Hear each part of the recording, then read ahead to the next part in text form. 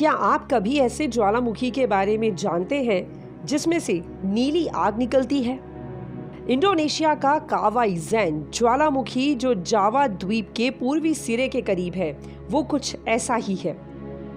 इस अनोखे ज्वालामुखी के बारे में हम आपको बताएं, उससे पहले आपसे रिक्वेस्ट करेंगे कि हमारे चैनल काइंड नॉलेज को सब्सक्राइब कर लें, ताकि आपकी जानकारी के लिए आगे भी जो वीडियोस हम बनाते हैं वो लगातार सीधे आप तक पहुंचते रहें। इंडोनेशिया दुनिया में सबसे ज्यादा आइलैंड वाला देश है।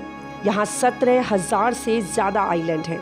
यहाँ 147 वॉल्केनो यानी ज्वालामुखी है, जिसमें 76 के करीब आज भी एक्टिव है। इंडोनेशिया का जावा आइलैंड एक ऐसा स्थान है जो रहस्यमयी कारणों के लिए दुनिया भर में जाना जाता है। इसी द्वीप पर है दुनिया का अद्भुत और रहस्यमयी ज्वालामुखी कावा इजेन। दिन के दौरान यह दुनिया के किसी भी अन्य ज्वालामुखी की तरह ही होता है, लेकिन जैसे जैसे रात करीब आती है यहाँ कुछ जादू सा होने लगता है। इस ज्वालामुखी की आग धीरे धीरे नीली आग रूप में बदलने लगती है, जिसे पहाड़ से नीचे तक देखा जा सकता है। लोकल लोग इसे अपी बीरू यानी ब्लू फायर कहते हैं। जब तापमान 600 डिग्री सेंटीग्रेड तक चला जाता है तो ज्वालामुखी से नीली लपटें भी निकलने लगती हैं।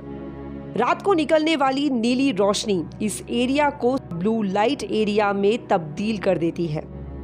यह घटना इथियोपिया के दल्लोल पर्वत से भी देखी जा सकती है। सोशल मीडिया के दौर से पहले ये ज्वालामुखी उतना ही सामान्य था जितना कि यहाँ के अन्य वॉल्केनो, लेकिन 2009 में एक वाइल्ड लाइफ फ्रेंच राइटर और फोटोग्राफर ओलिवर ग्रुनेवल्ड ने पर्वत पर नीली लपटों की रात की कुछ तस्वीरें जब अपने सोशल मीडिया पर पोस्ट की, तब से ये जगह दुनिया भर के पर्यटकों को आकर्षित करने लगी। तब तक बहुत ही कम लोग इसे जानते थे। उसके बाद से ये एक विश्व प्रसिद्ध टूरिस्ट स्पॉट बन गया। इस जादू को देखने के लिए आधी रात के बाद ज्वालामुखी के बेस पर जाना होता है, पर रास्ता इतना आसान नहीं है।